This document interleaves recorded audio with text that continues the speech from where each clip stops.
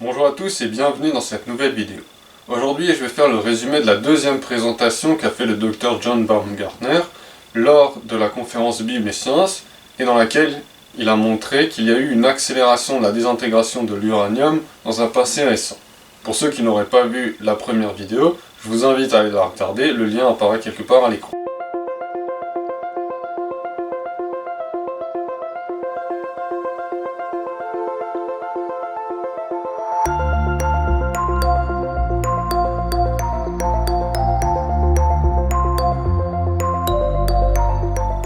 Lors de la deuxième présentation, le Dr Baumgartner nous a parlé de la deuxième preuve que le projet RATE a découvert pour attester de l'accélération d'une désintégration nucléaire de l'uranium dans un passé récent.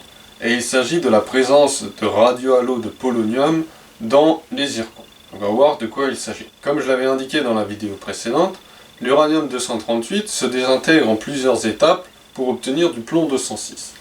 8 de ces étapes produisent une particule alpha. Ces particules alpha, en traversant les roches environnantes, vont engendrer des dommages qui forment des halos. Sachant que chacune des particules alpha de chacune des étapes a un niveau énergétique différent, il va donc parcourir une distance différente. Les dommages générés par ces particules alpha se produisent généralement à la fin du trajet de la particule. Donc vous obtenez 8 anneaux concentriques, avec chacun des anneaux étant spécifique d'une des désintégrations alpha, dans la chaîne de désintégration de l'uranium-238. Alors on trouve ces radiohalos d'uranium dans des cristaux de zircon. Mais dans ces cristaux, on trouve également 3 autres types de radiohalos. Des radiohalos de polonium-218 avec 3 anneaux concentriques, des radiohalos de polonium-214 avec 2 anneaux, et des radiohalos de polonium-210 avec un seul anneau.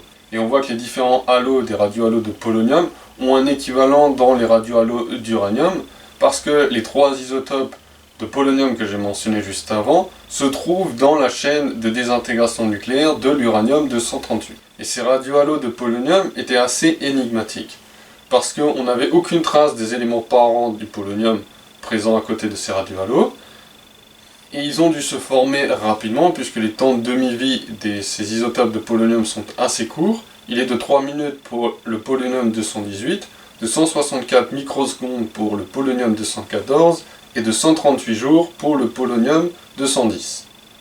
Et on ne trouve pas non plus d'inclusion minérale au centre de ces radiohalos de polonium, contrairement aux radiohalos d'uranium qui, eux, contiennent encore des inclusions minérales d'uranium en leur centre.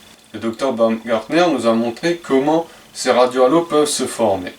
Et il nous disait que du coup du magma granitique, quand il se refroidissait, de l'eau chaude commençait à circuler à travers la roche, et que le radon 222, qui est un des produits de la désintégration de l'uranium-238, qui va donner du polonium-218, est soluble dans l'eau, et donc du coup peut se déplacer une fois elle produit du polonium, et ce polonium sera piégé dans des impuretés qui pourront ensuite donner ces radiohalos.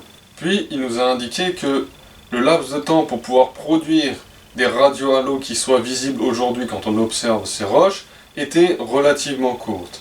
Il fallait que la température de la roche soit inférieure à 150 degrés Celsius, parce qu'au-delà, les dommages produits par les particules alpha seraient effacés, et qu'en dessous de 75 degrés Celsius, les mouvements de l'eau chaude étaient trop faibles pour pouvoir transporter une quantité suffisante de polonium pour générer ces radiohalos.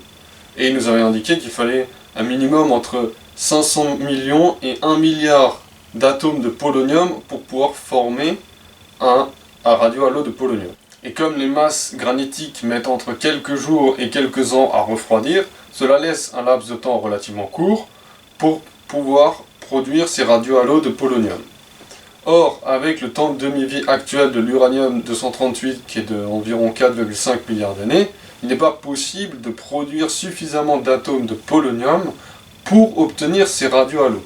Ce qui implique qu'il y a eu une accélération de la désintégration de l'uranium-238 dans un passé récent, qui permet de produire suffisamment de ces atomes de polonium pour obtenir les radiohalos qu'on observe actuellement dans ces roches. Et le projet RATE situe cette accélération de la désintégration nucléaire lors du déluge, parce que les échantillons qu'ils ont récupérés, dans lesquels ils ont observé ces radiohalos, sont constitués de roches qui sont formées lors du déluge. Voilà, c'est tout pour aujourd'hui.